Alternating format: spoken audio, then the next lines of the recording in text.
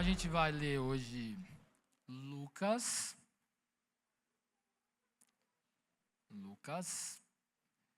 capítulo 1. Nossa, que difícil, hein, galera? Não é Obadias, Sofonias, Zacarias, Miqueias, Naum. Sabia que existe Naum na Bíblia? Mas vamos lá, a gente vai aprender juntos. É um processo, a vida eterna é aprender sempre. Beleza. Não é papo, viu? Vamos lá, todos acharam? Lucas capítulo 1. Não é difícil, hein? Lucas 1. Verso 26. Me ajuda, galera. O Dan me entregou aqui umas 10h55, já são 10h58. Vamos lá. Todos acharam? Então vamos ler juntos, tá bom? Então, Lucas capítulo 1, versículo 26.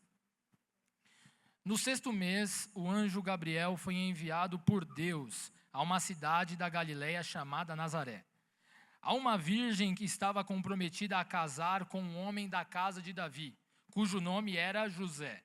A virgem se chamava Maria, e, aproximando-se dela, o anjo disse: Salve, agraciada, o Senhor está com você. Ela, porém, ao ouvir esta palavra, perturbou-se muito e pôs-se a pensar no que poderia significar esta saudação. Mas o anjo lhe disse: Não tenha medo, Maria, porque você foi abençoada por Deus. Você ficará grávida e dará à luz um filho, a quem chamará pelo nome de Jesus. Este será grande e será chamado Filho do Altíssimo.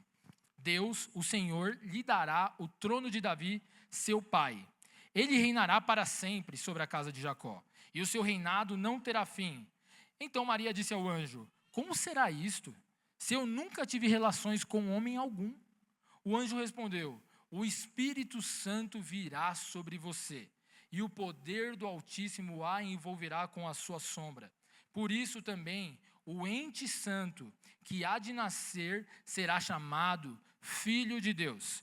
E Isabel, sua parenta, igualmente está grávida, apesar de sua idade avançada, sendo este já o 6º mês de gestação para aquela que diziam ser estéril. Porque para Deus não há nada impossível. Então Maria disse: Aqui está a serva do Senhor, que aconteça comigo o que você falou. Então o anjo foi embora.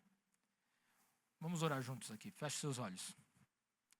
Jesus, obrigado, Senhor, por esse tempo de adoração, por esse tempo de comunhão contigo. Eu oro aqui por este momento, Senhor, da ministração. Nós já temos sentido com grande alegria, com grande prazer, Senhor, contentamento, aqui junto com os músicos, com toda a comunidade. Cantamos, nos alegramos, e agora é a hora da ministração.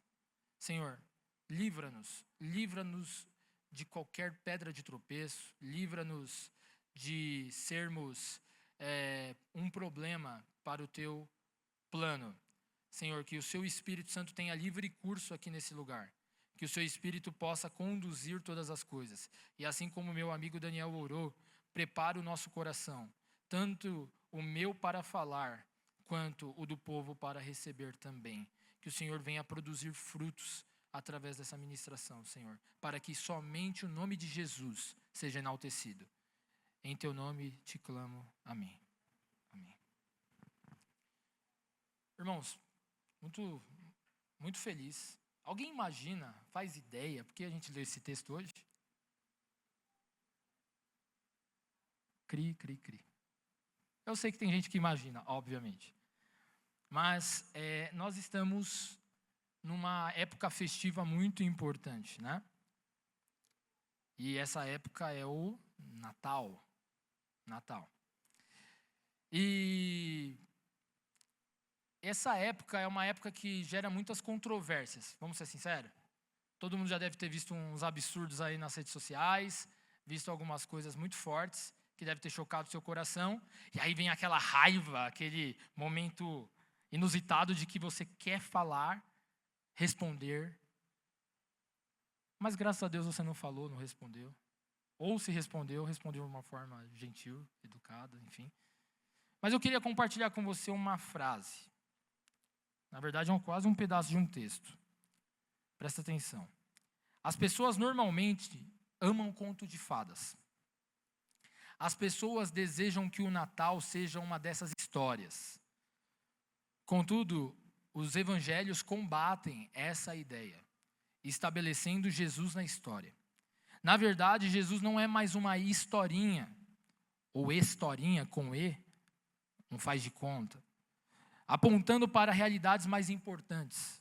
Na verdade, Jesus é essa realidade mais importante, para o qual todas as histórias com H apontam. O Natal é uma época em que tudo que a nossa volta proclama que as histórias sobre o Natal são verdadeiras. Vou repetir. O Natal é uma época em que tudo à nossa volta proclamam que as histórias sobre o Natal são verdadeiras. Essa é uma paráfrase minha do livro do Tim Keller, O Natal Escondido. Aproveitando, já vou aproveitar para indicar 2 livros. Um eu trouxe, mas deixei lá na mochila, esqueci. E esse livro do Natal Escondido do Tim Keller. Tim Keller, para quem não sabe, é um presbiteriano, um grande pregador. Recomendo qualquer coisa do Tim Keller, até hoje, pelo menos. E ele tem esse livro muito forte sobre o Natal. E tem um outro livro que chama As Excelências de Cristo, do Alan Hood. É um livro de cristologia, muito forte também. Recomendo para todos. Quem tiver interessado mais em conhecer um pouquinho mais sobre Jesus, só isso, acho que vale a pena. Tá bom? Bom, nós estamos numa época que falar sobre o Natal é desfrutar do Papai Noel, né? Árvores, guirlandas, fotos de vermelho e verde. Porém, hoje eu quero te propor aqui o único sentido que o Natal deveria possuir, sem descartar esses belíssimos ícones que hoje encantam o nosso Natal. Essas luzes belíssimas, os prédios belíssimos. É só uma pena que a grande maioria da sociedade hoje está dispersa e não sabe o que isso significa. Então, se usam de coisas muito legais e boas, mas não sabem o que o Natal significa de verdade. E, bom, não é novidade. O título da minha pregação é O Natal de Jesus. A palavra Natal, irmãos, aqui, basicamente, é uma palavra que vem do latim que significa nascimento. Nascimento. Então, quando a gente fala o Natal de Jesus, não é porque Jesus comemora o Natal de uma forma legal. É porque a gente vai falar sobre algo muito profundo, que é o texto que a gente leu, que é o nascimento de Jesus. E eu vou dar uma breve explicação cronológica aqui dos acontecimentos, tá? Sobre o nascimento, de uma forma bem breve. Aqui, né, todos nós reconhecemos a importância da história de Maria, certo? Se a gente prestou atenção no texto que nós lemos, Maria, mãe de Jesus, diferente de algumas tradições, tá, que nós não concordamos com a adoração ou o conceito que alguns usam para se adorar ou venerar Maria. E aqui eles, enfim, sem citar as tradições que fazem isso, eles usam um conceito chamado hiperdulia. Não sei se alguém já ouviu falar sobre isso, mas hiperdulia é um conceito que vai falar sobre uma alta veneração ou honra, para diferenciar o que a gente chama de adoração. Na minha opinião, de muitos outros de linha protestante, isso é bobagem, tá? Isso aí é adoração, sim, tá? Não é só um respeito ou uma honra, mas sim é uma adoração. E para nós que somos cristãos, toda a glória e toda a honra a... Fala um pouquinho mais alto para... Amém. Reconhecemos aí que o papel de Maria na história do Evangelho, né, ele é importante. Porém, a gente entende que ela é um instrumento do Senhor, tá? No seu plano supremo e eterno. Porque o Verbo se fez carne e habitou conosco. Certo? Essa jovem chamada Maria, ela morava em Nazaré, nessa cidade da Galileia, onde você e eu lemos aqui juntos. E ela estava comprometida a casar com quem? Com José, um homem que era descendente do famoso rei Davi. E o anjo Gabriel, ele foi enviado por Deus e se apresentou perante Maria. E ele anuncia para ela que ela é uma agraciada. E ele ainda diz assim: o Senhor está contigo. Porém, no entanto, contudo, Maria se espanta com a saudação. Interessante, né? Maria, ela se espanta com a saudação ao ouvir as palavras do anjo. O anjo falando assim: ô agraciada. E ela se espanta. É como se dissesse assim: o que você quer, anjo? Que você está me agradando muito. Lógico que não é nesse sentido, mas ela já estava atenta, porque algo diferente estava acontecendo. E ela é exortada, né, por Deus a não ter medo. E que ela foi abençoada por Deus ficando grávida. E esse bebê que ela estaria grávida se chamaria Jesus. No original, no hebraico, Yeshua, salvação. Ele seria chamado o Filho do Altíssimo, herdaria o trono de Davi e reinará para sempre sobre a casa de Jacó. E não teria fim o reinado de Jesus. Acompanha comigo, tá? Para você não perder nenhum fio da meada. Maria questiona o anjo: como isso vai se dar? Pois eu nunca tive relações sexuais. E você já deve ter se deparado com pessoas que não professam a fé, que devem se perguntar: como assim Maria não teve relações sexuais? Como assim o Espírito Santo engravidou Maria? É aí que está. Mas Gabriel responde. Gabriel quem? O anjo. Responde que o Espírito Santo viria sobre ela, e o poder de Deus a cobriria, e o menino que haveria de nascer é santo, e será chamado Filho de Deus. O anjo ainda comenta sobre a sua parente Isabel, que estava grávida. Ela tinha uma parente, que apareceu o anjo para essa parente, só que diferentemente aconteceu um processo um pouquinho diferente com essa parente e com o marido dela, que eram de linhagem sacerdotal. E o anjo aparece para Maria, fala a mesma coisa e avisa: vai lá para a casa de Isabel, porque a sua parente também está grávida. Certo? E aí o anjo ainda fala, né, que a Isabel tinha a idade avançada e era estéril. E aí ele complementa: porque para Deus nada é impossível. E Maria conclui dizendo: aqui está a serva do Senhor, aconteça comigo o que você falou. E aí eu quero complementar.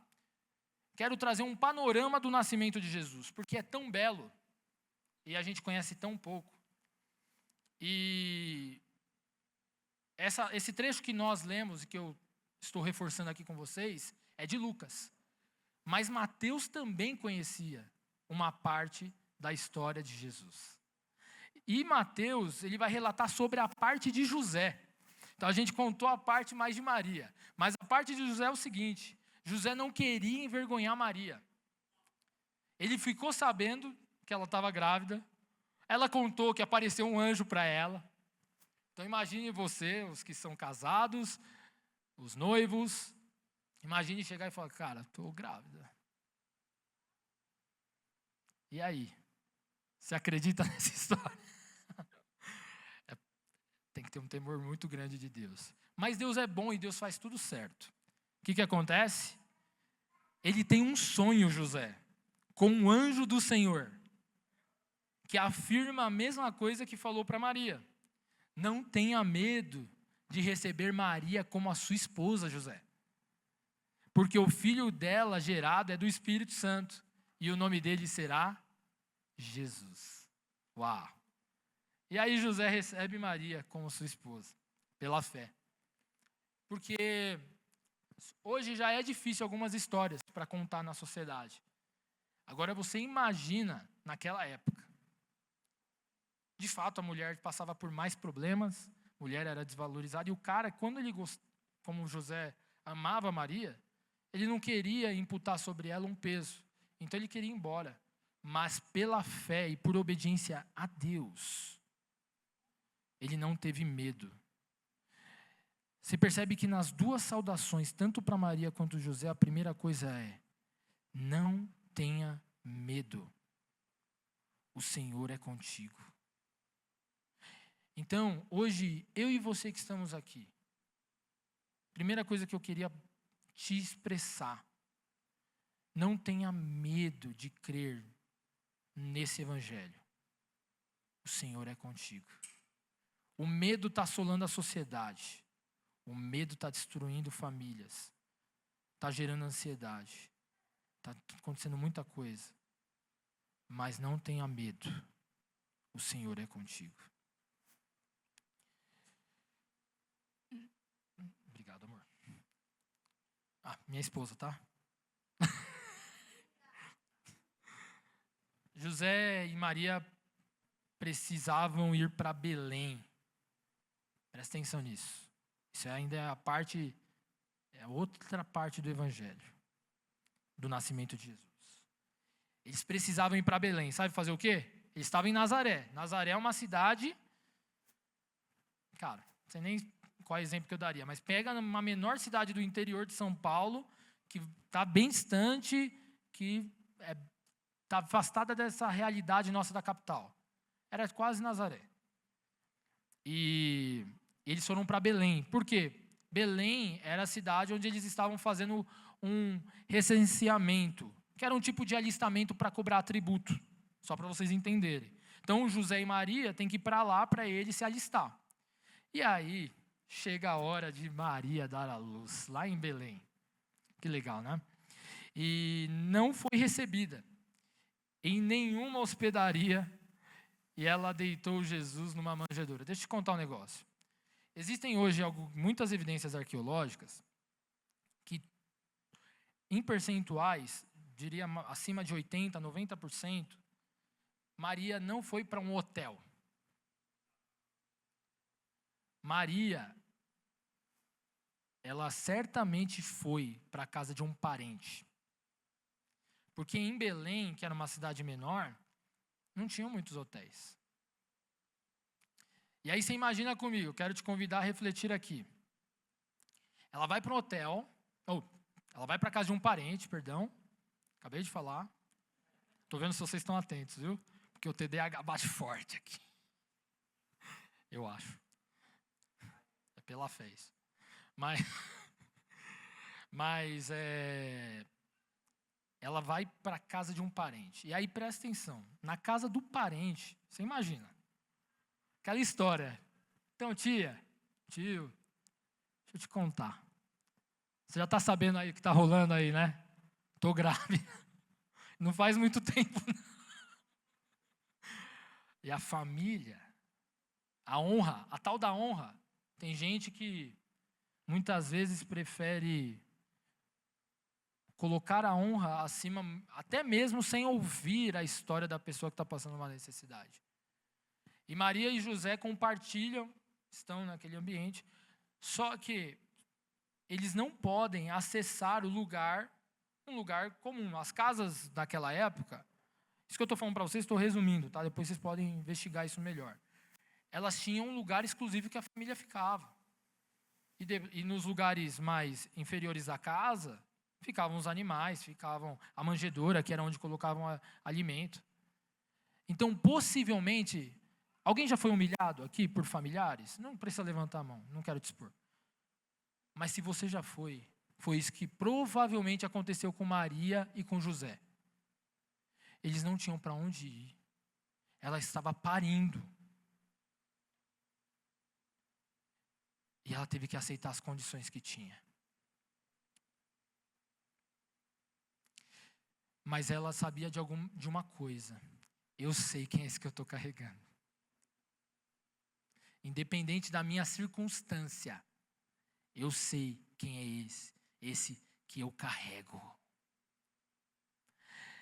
E aí, Maria e José tem o nosso maravilhoso Jesus, o menino Jesus, Rei Jesus. E Jesus nasce em Belém da Judéia. E nós temos 3 informações de destaque sobrenaturais sobre o nascimento de Jesus. Primeiro, por que Jesus nasceu em Belém? Foi acidente de percurso? Putz, era para nascer em Nazaré, mas aí teve o alistamento, eu vou lá para Belém rapidinho. Não. Na verdade, tudo está sob a gestão de Deus. Tudo. E existe uma profecia em Miqueias 5:2. Bia, você pode abrir rapidamente? Miqueias. Foi mal, hein? Eu sei que desafiador essa, hein? Miqueias, capítulo 5, verso 2. Miqueias. Antigo. MQ, se eu não me engano. Acho que é. A letra. Bom, enfim. Quando ela achar, a gente lê. Mas Miqueias é um profeta que está mais ou menos... Beleza, já leio. Que está mais ou menos 500 anos antes de Jesus, amigos. Uau! E o camarada... Eu não vou entrar nos pormenores teológicos, se Miqueias realmente é um autor, se é um título, enfim, tem alguns debates aí. Mas Miqueias, ele vai escrever o seguinte, acompanha aqui a leitura. Mas você, Belém Efrata, pensa assim, 500 anos, pensa, sei lá, Pedro Álvares Cabral escrevendo algo tipo, sobre você. Mas você, Belém Efrata, embora pequena entre os clãs de Judá, de você virá para mim aquele que será o governante sobre Israel. As suas origens estão no passado distante, em tempos antigos. Tá bom, só aí. Vocês viram? A sua origem. É que a tradução, algumas traduções falam nascimento, enfim. Então, de Belém viria o rei de Israel. E esse é o primeiro evento sobrenatural. Por que sobrenatural? Poxa, é uma profecia que está sendo cumprida. E depois vai ter outros desdobramentos. Fazer teologia, gente, é um quebra-cabeça. Ninguém faz teologia. O que significa fazer teologia, Renan? Não estou entendendo nada do que você está falando. Fazer teologia é tirar conclusões sobre conceitos bíblicos. Ninguém faz teologia de versículo. Isso que eu estou falando para vocês é um pedaço disso, que a gente só tem mais ou menos 40 minutos para pregar. Mas te indico a ir mais a fundo. Tá? Bom, segundo evento aqui, sobrenatural, sobre o nascimento de Jesus. Estão me acompanhando? Tá. Beleza. Aparição aos sábios do Oriente. Alguém já ouviu falar dessa história dos sábios? Possivelmente homens conhecedores da palavra. Olha só o que acontece. Eles discerniram uma estrela no céu e, diferente de todas, eles buscaram informações com o rei Herodes, que era um rei da época. E que estrela é essa? De onde eles tiraram isso? Eles eram estudiosos da palavra. Eles sabiam que algo estava rolando porque eles conheciam a profecia de Balaão, lá em Números 24:17. Que uma estrela procederá de Jacó. Então eles estavam atentos ao que estava acontecendo. E aí eles chegam, eles perguntam para Herodes, onde está o rei dos judeus? E Herodes, um cara ambicioso, ganancioso, falou, o quê? Rei de quem? Eu sou o rei dos judeus. E aí esse cara, ele tenta criar todo um planejamento para matar as crianças do reino. E ele tenta matar Jesus. Só que o Espírito Santo direcionou José, Maria e Jesus para onde? Para o Egito. E aí olha que interessante, Herodes, incomodado, questionou os sacerdotes e escribas, tentou questionar eles sobre onde encontrar. E aí Herodes falou, os sábios, quando você encontrar esse Jesus, que provavelmente está lá em Belém, segundo os sacerdotes que conhecem as Escrituras, você me avisa que eu também quero ir ali adorá-lo. Olha quanta gente querendo adorar Jesus. Possivelmente tem muita gente querendo adorar Jesus não por quem ele é, mas para tirar proveito e a glória que ele possui. Então, os sábios continuaram seguindo a estrela, chegaram em Belém, se depararam onde Jesus estava, deram presentes, ouro, mirra, enfim. E aí o Espírito avisou eles para ir embora. Então esse é o segundo acontecimento sobrenatural. O Espírito estava marcando os passos dos discípulos ali. Bom, o terceiro são pastores visitando Jesus. E aí isso é interessante. Pensa, você está no... Não sei se você já foi para o interior, já entrou em pasto. Você está lá no pasto, pastoreando, e de repente aparece uma glória celestial, aparecem alguns anjos, e o anjo saúda os pastores e fala assim, ó, vão lá em Belém, porque nasceu o Salvador. E, como sinal, ele vai estar numa manjedoura. Espera aí, o rei de Israel, o prometido, o suprassumo da existência, vai estar na manjedoura e vai estar todo enrolado, enfaixado. E aí os anjos cantam um cântico glorificando o nascimento de Jesus. Glória a Deus nas maiores alturas, paz na terra entre os homens, a quem ele quer bem. E aí, irmãos, fazendo esse panorama geral, porque hoje, infelizmente, devido a questões de interesse comercial e com a mudança do sentido do Natal, ainda temos muitas perguntas, né? Que se deveríamos nos importar com o nascimento de Jesus e com essa narrativa. E também existem muitos ensinos errados que foram combatidos ao longo da história da igreja que ainda são compartilhados. Tem muita coisa sobre esse Jesus que nós lemos aqui brevemente, que infelizmente a igreja ou não conhece, e aí vem as novidades de heresias, que eu estou falando de heresias de 2000 anos atrás. Tem uma frase de um historiador, que agora eu não lembro o nome, mas ele fala que se a gente não conhece a história, nós estamos fadados a repeti-la.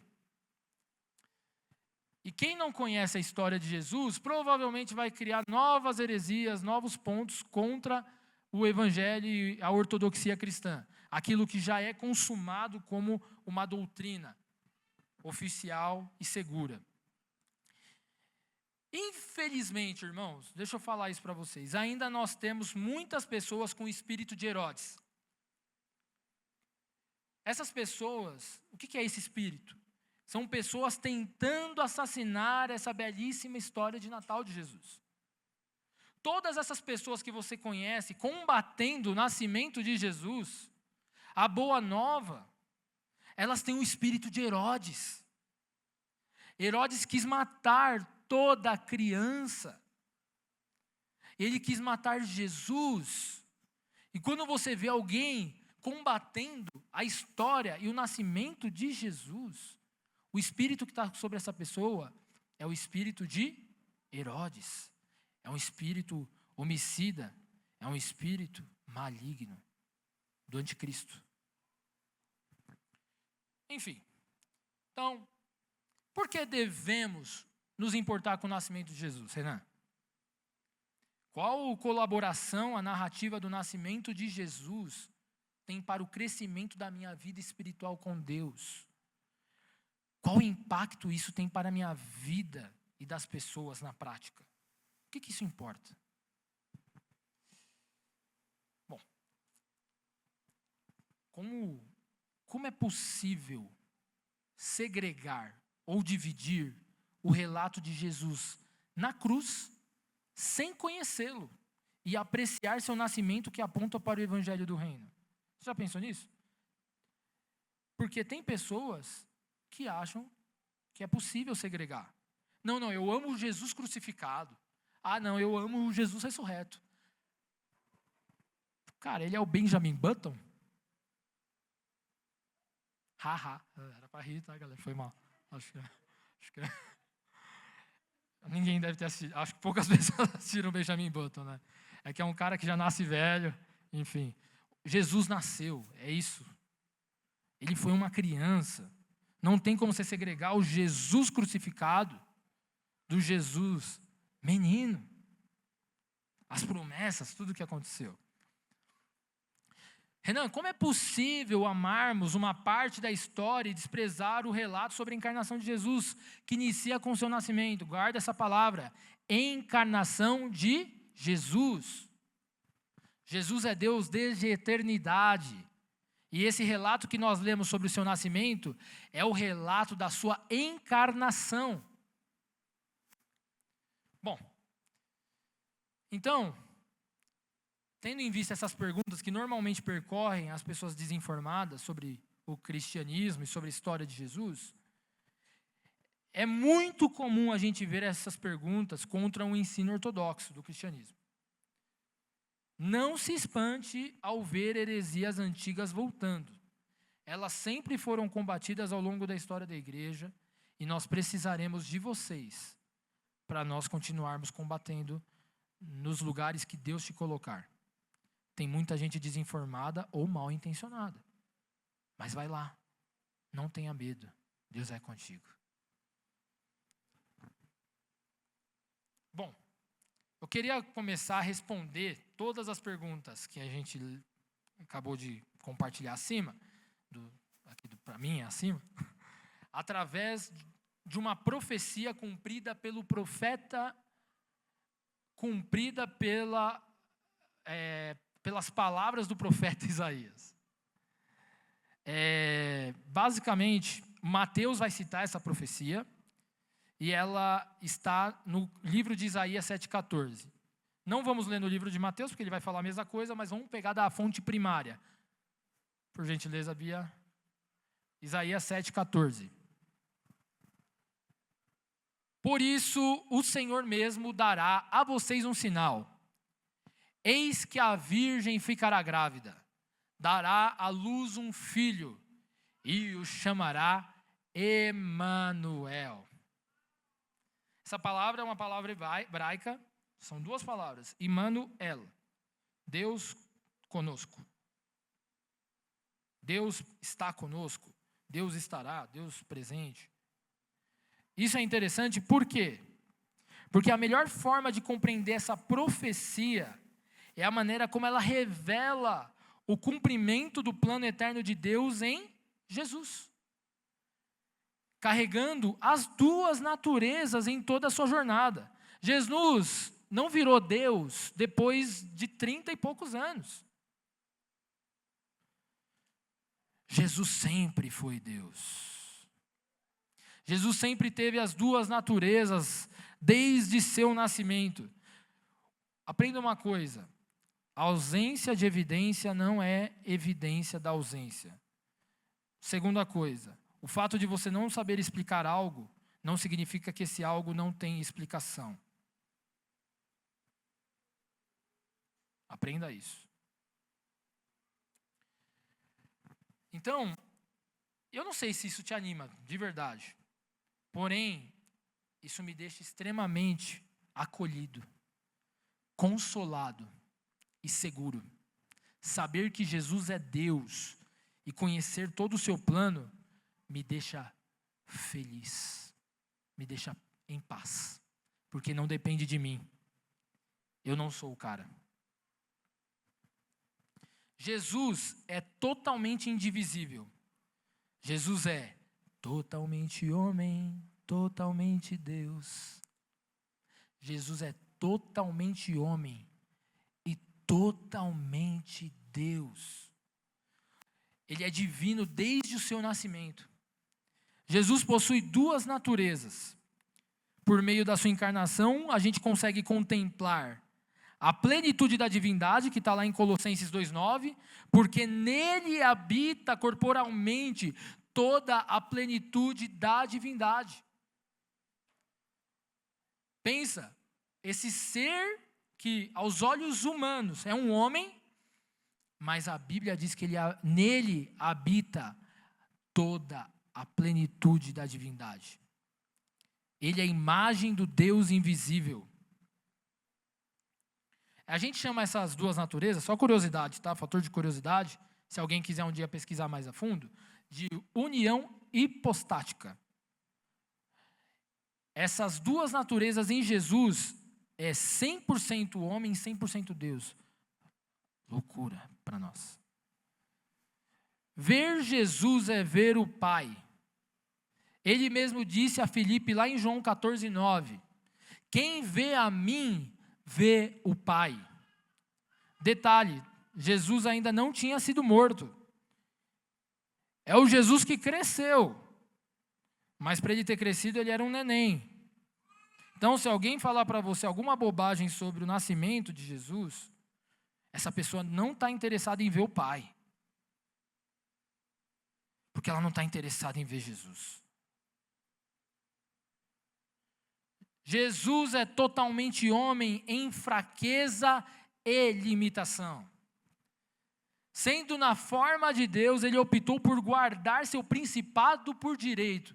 Principado é o seu status de governante, seu status de rei, criador de todas as coisas, para experimentar da vulnerabilidade do corpo corruptível, esse corpo que eu e você possuímos. Jesus sabia que a única forma de permanecer nele mesmo é contemplando quem ele é, sua existência. Bia, rapidamente, tudo no capítulo 14, verso 15 ao 16. Presta atenção, acompanhe o texto. 14, perdão. Achei que a gente já estava... A gente vai chegar lá. João 14. Os poderes do mundo vindouro, galera. Vamos lá. O que vocês pedirem em meu nome, eu o farei. Se vocês me amam, obedecerão os meus mandamentos. E eu pedirei ao Pai, e Ele dará a vocês outro conselheiro, que esteja com vocês para sempre. Olha só, abre agora o 21. São palavras de Jesus, tá? Não são a do Renan, é de Jesus, presta atenção.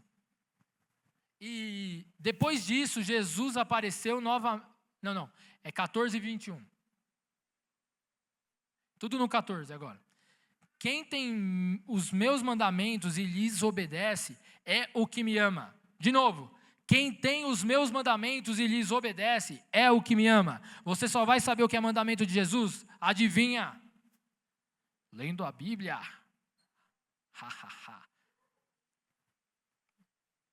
Aquele que me ama será amado por meu Pai, uau, e eu também o amarei e me revelarei a ele.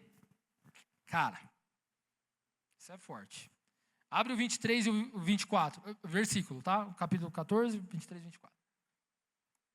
Jesus respondeu, se alguém me ama, obedecerá a minha palavra. O meu Pai o amará e nós viremos a ele e faremos nele morada. Uau. Cara, se você quer a amizade de Jesus realmente, segue a orientação dele. Deixa eu te falar um negócio. Imagino que muita gente está se preparando para cozinhar agora no Natal. Você está pegando receita da internet, alguns comprando, mas os que estão cozinhando, você não sabe cozinhar, tal, você vai pegar uma receita, certo? Se você não seguir a receita, vai dar ruim. Sabe por que às vezes você ainda não experimentou coisas mais profundas com Deus? Porque você não seguiu a receita. Uau! Não são minhas palavras, são de Jesus. E sabe por que isso é sério? Porque Jesus está falando de morar em mim e em você. E a única forma que você vai vencer a sua carne podre e maldita, que está te aniquilando, te destruindo dia após dia, é você entregando tudo para Jesus. Tudo. Não algumas coisas. Tudo. Jesus se fez vulnerável e escolheu o processo da encarnação para nos ensinar que, mesmo sendo transcendente, o que é um Deus transcendente? Que Ele está além do espaço, do tempo, de tudo, do universo. E Ele se fez imanente, ou seja, um Deus relacional. A encarnação de Jesus mostra que a profecia de Isaías de Deus conosco se cumpre para se relacionar comigo e com você. Para você se relacionar com Jesus, presta atenção nessa receita. Estamos sendo vulneráveis com Jesus, como Ele? Será que nós estamos sendo vulneráveis com os nossos irmãos? Ou a gente está brincando de ser super-herói? Porque se Jesus se fez homem, Ele se expôs à fraqueza, por que você não quer? Guarda esse princípio número 1 aqui. A encarnação de Jesus, ela nos leva ao princípio de conhecer Jesus e se relacionar com a sua palavra. A Bíblia. Conhecer Jesus fará você conhecer Deus Pai. Conhecer Jesus é orar. Conhecer Jesus é um relacionamento eterno com o Pai, Filho e Espírito Santo, famosa trindade que a gente fala. Você tem lido a Bíblia? Aproveita agora, galera, estamos virando o ano. Dedica em ler a Bíblia. Não para ser um teólogo, não para ser bom em endereço, não para as pessoas te admirarem, mas, sobretudo, Jesus fala, a vida eterna é me conhecer, é se relacionar comigo. Cara, você vai começar a conhecer Jesus na Bíblia. Tem maneira mais segura do que essa? Tanta gente falando bobagem fora. Vai primeiro para a Bíblia, depois vai para o extraordinário. Apesar que para mim a Bíblia já é extraordinária. Te convido a enveredar nessa empreitada. Bom, conforme nós lemos aí em João 14, 23, guardar a palavra faz com que Jesus e o Pai façam morada em nós, certo? Perfeito. Por meio de quem? Por meio de quem? Quem que habita em nós para nós sermos isso? Espírito. A história de Maria, mãe de Jesus, nos ensina uma grande lição. Jesus veio ao mundo, nasceu para dar-nos a vida eterna. E quem não nascer de novo em Cristo, não poderá desfrutar da vida eterna. Então, Jesus está convidando todos a nascerem de novo nele. E aí a pergunta que talvez alguns estejam assim, como assim? Cara, não é reencarnação, não é nada disso. A gente está falando de um novo nascimento de dentro para fora. Que só Jesus pode fazer. Eu e você somos semelhantes a Maria, sabia? Receber o Espírito Santo é ter o Deus conosco todos os dias e ser guiado nele. Maria, ao receber do anjo a notícia, colocou-se em posição de resignação e obediência. Mesmo sabendo do desafio de carregar Deus em seu ventre e depois ter que cuidar dele. Cara, que desafio. Imagine você estar carregando Deus. Bizarro. Vou compartilhar uma coisa legal com vocês. O Max Lucado, não sei se todos conhecem Max Lucado, ele escreveu mais ou menos 40 frases que ele perguntaria a Maria. Tipo, coisas do dia a dia. Como que é, sei lá, você está dando banho e falando, cara, eu estou limpando Deus. Eu estou dando de mamar para Deus. Sabe, coisas assim bem legais. Depois quem quiser procura na internet, é bem legal. São 40 frases que perguntaria para Maria. Talvez na eternidade você possa saber. Então, você está disposto a amar a vontade de Deus, mesmo que Ele permita coisas difíceis em sua vida, como fez na vida de Maria? Porque ser abençoado por Deus, na maioria das vezes, segundo a Bíblia, é agir de forma contrária do que as pessoas na sociedade definem como sucesso ou bênção. Muitas vezes a gente está acostumado com o padrão da internet, padrão das revistas, padrão das organizações. É verdade. Mas para Deus não é assim. E Deus quer nos levar a essa provocação. Você está disposto a padecer por Jesus? Você está disposto a amar a vontade de Deus, mesmo que Ele permita coisas difíceis na sua vida? Fica a reflexão. Porque a encarnação de Jesus, princípio 2, guarda isso, nos ensina a submeter o nosso corpo à vontade dEle. O exemplo de Maria é de alguém que renunciou sua reputação, seu conforto, sua estabilidade, seu planejamento, para atender o plano supremo do Deus Altíssimo. Por isso Jesus diz que quem não renunciar a si mesmo não pode ser seu discípulo. E ele também diz que sua família são todos aqueles que obedecem ao Pai que está nos céus. Jesus não está preocupado com linhagens necessariamente. Ele está preocupado se você tem o coração de Deus. E quem pode te dar um coração de Deus é somente Ele. Herodes, diferente de Maria, buscava meios satânicos para entender onde nasceu o Salvador para matá-lo e continuar no poder. Presta atenção. Não seja Herodes, nunca na sua vida. A gente muitas vezes acha que Herodes é só aquele que combate o nascimento de Jesus.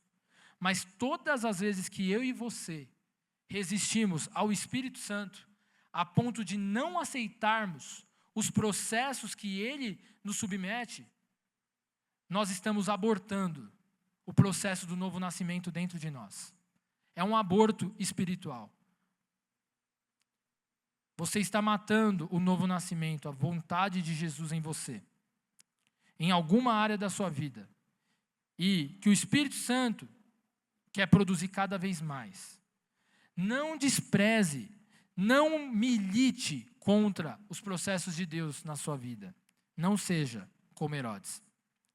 A encarnação de Jesus, princípio 3, ensina que todas as vezes que subjugamos o Natal de Jesus e nós desprezamos sua história integral, estamos carregando o espírito de Herodes, que deseja matar Jesus, o bebê que é Deus. Ou seja, esse é o espírito de quem? Anticristo. Já disse e vou repetir, cuidado. Não despreze o nascimento de Jesus.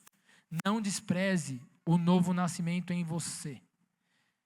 Porque toda a contemplação do Jesus Rei começa antes do seu nascimento, porém, inclusive, no seu nascimento. Cara, nós somos uma cópia de Jesus, certo? Nós estamos lutando para ser uma cópia de Jesus. E de onde vem isso? Essa cópia é projetada à imagem e semelhança de Jesus à luz da eternidade. Presta atenção. A Bíblia revela que Jesus tem forma. Jesus tem corpo, à luz da eternidade. Deus gosta de corpo, galera. Deus não é um fantasma. O nosso Deus tem corpo e Ele gosta de corpo. Mas presta atenção. Ele gosta de um jeito diferente que eu e você gosta. Jesus encarnou para dar sua vida por nós. Jesus ressuscitou com o mesmo corpo. Jesus reina agora nos céus com um corpo. Jesus voltará com um corpo. Deus gosta de corpo. Nós não devemos definir a beleza segundo a nossa concepção humana, mas segundo o que agrada a Deus. Presta atenção. Em Isaías 53:2, diz que Jesus não tinha boa aparência, nem formosura, e não havia nenhuma beleza que nos agradasse. Uau! E a Bíblia toda vai chamar Jesus de belo. Vão ter adjetivos para Jesus. E a própria Bíblia diz, segundo os homens ele não era belo. Provavelmente um narigão, feião, segundo os conceitos humanos. Mas eu quero te exortar aqui sobre uma coisa. Muitos tentam dividir o espiritual e o físico. Muitos fazem isso na música, nos esportes, na igreja, em tudo, com o objetivo de justificar suas heresias ou gostos. Mas Deus se importa se estamos fazendo alinhado com a sua vontade, com sua palavra ou não. O corpo físico é espiritual e deve ser cuidado. O corpo tem importância. Tanto o salvo em Cristo quanto o condenado no inferno terão corpos. A Bíblia revela isso, não é novidade. Quem for para o inferno não vai estar sofrendo numa ideia, não é etéreo, terá um corpo. E aí, qual tipo de corpo que eu e você queremos ter? O corpo ressurreto em glória com Jesus? Ou o corpo que sofrerá a condenação eterna? Cara, a encarnação de Jesus demonstra que Deus se importa com o corpo humano. Não devemos desprezar o nosso corpo. Homem e mulher que está aqui, vocês, meninos, meninas, não se ache menos ou feio, feia. Não se coloque menos, porque a maneira como Jesus avalia a sua beleza e a minha, não é segundo os nossos termos humanos, mas são segundo os critérios de Deus para avaliar a beleza. Honre a Deus com os corpos, não para defraudar com sensualidade, mas para adorar Jesus. Entendeu? O nascimento de Jesus é a proclamação da esperança salvífica e do governo eterno que nunca findará. A gente já está acabando, tá? Se os músicos, por favor, vocês puderem. Fundinho, né? Todo mundo gosta, né? Alguns não falam, eu sou o que fala. Vamos lá. Presta atenção, viu? O grande desafio do pregador eu vou contar para vocês. Sabe qual que é o grande desafio do pregador? É quando a gente fala assim, estamos no fim, os músicos sobem, a gente está pregando, e a galera começa a olhar para os músicos e não mais para a pregação. Por favor. Que sorriso bonito, galera. Boa. Vamos lá. Quinto princípio aqui. A encarnação de Jesus aponta para a esperança do reino eterno sobre o trono de Davi em Israel, regendo as nações. O menino Jesus é o herdeiro, criador e mediador desde a fundação do mundo. Tudo pertence a Ele. Tudo. É tudo. Cada canto dessa terra, cada problema, cada galáxia, cada corpo, mente, emoção, as profundezas dos mares, as estrelas mais distantes, tudo é de Jesus. Adore a Ele. Jesus, Ele foi adorado quando recém-nascido. Os sábios e os pastores foram adorar Jesus em Belém. Os anjos glorificaram a Deus em um coral pelo nascimento de Jesus. Cara, por que muitas vezes a gente quer ser melhor e recortar a história? Por que eu e você, nós queremos despedaçar a história de Jesus? Por que a gente tem mania de querer dividir as coisas? Até mesmo a história de Jesus, que não deveria ser apagada. A gente já faz isso dividindo o corpo de Cristo. A gente faz isso dividindo amizades. A gente faz isso, infelizmente, em famílias. A gente faz isso em muitos lugares. E eu tenho alguma coisa a dizer para você. Para. Você não tem alçada para isso. Deus não te autorizou. Para de ser segregador, fofoqueira, mentiroso, mentirosa. Para. Não sai daqui fazendo vista grossa porque eu estou falando para você. E para quem me conhece, se me perguntar na minha cara, eu vou te falar a mesma coisa. E não é indireto para ninguém, é direta para todo mundo. Renan, está acontecendo alguma coisa que eu não estou sabendo? Para! Não está acontecendo nada. Eu só estou falando para você parar de se contaminar com essas coisas. Isso não agrada o Rei dos Reis. Adore a Jesus. Vamos cantar o que os anjos estão cantando. Vamos adorar Jesus, se alegra. Você recebeu a joia de grande valor. Amigos, certa vez um rapaz passava o Natal com a sua família. Deixa eu contar essa história. E por ele saber que Jesus não nasceu no dia 25, ele desprezava qualquer expressão do Natal. Ou até mesmo, muito pouco manifestava os ensinos de Jesus. Pois ele estava muito mais preocupado com a forma que ele iria combater alguns ícones do Natal do que com a verdadeira importância que o Natal possuía. Cara, abrindo o jogo aqui para você. Eu era esse rapaz. Quantas vezes, para quem conhece um pouquinho da minha história, tenho famílias de várias denominações. Quantas vezes, por tradições antigas minhas, eu estava com a minha família e eu, de verdade, no meu coração eu desprezava aquele ato. Porque eu estava muito mais encucado. Jesus não nasceu no dia 25. Que importa, meu irmão? Foi isso que eu ouvi do Espírito, tá? Ele nasceu! Que importa que ele nasceu dia 25? Esse é um dia memorial.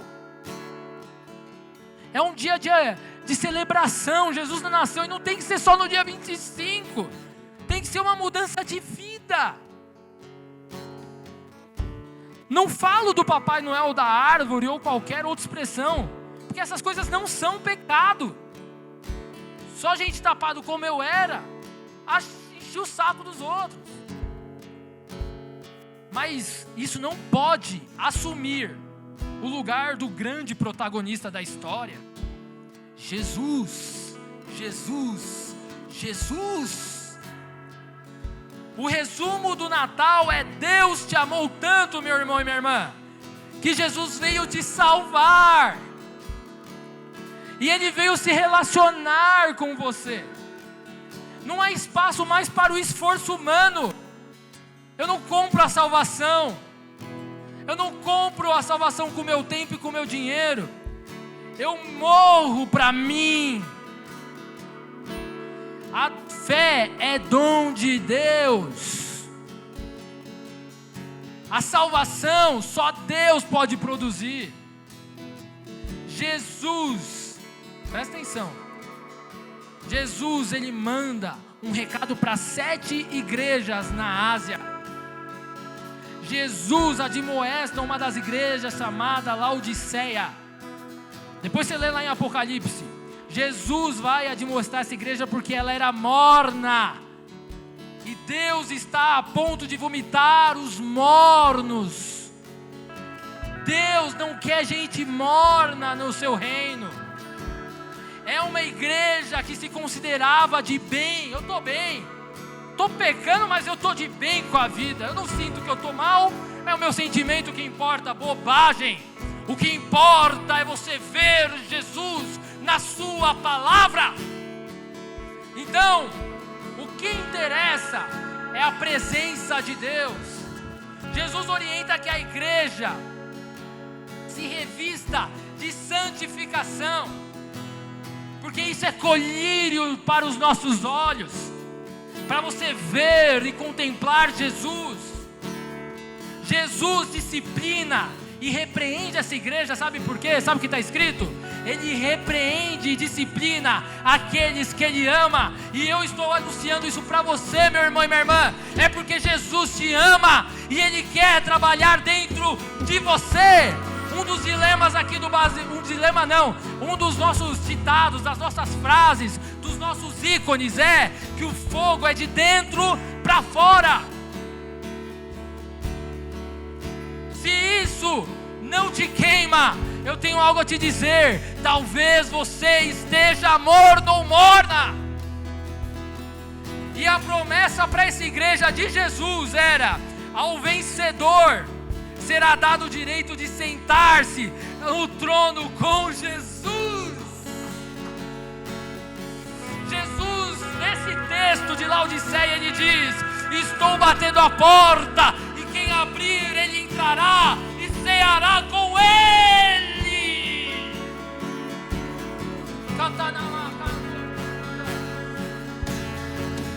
Presta atenção nas palavras de Wayne Grudem, um grande teólogo. Deus é quem começa e traz salvação. Não há salvação sem a sobrenatural intervenção de Deus. O esforço humano nunca pode nos salvar das profundezas de nossos pecados diante de Deus. Renda-se a Jesus. Arrependa-se hoje. Não espere o ano virar, bobagem. Pois não é a virada do ano que promove uma nova vida, porém é recebendo a vida que é Jesus. Você recebe uma novidade de vida, um novo nascimento. Submeta-se a quem Jesus é. Vamos orar.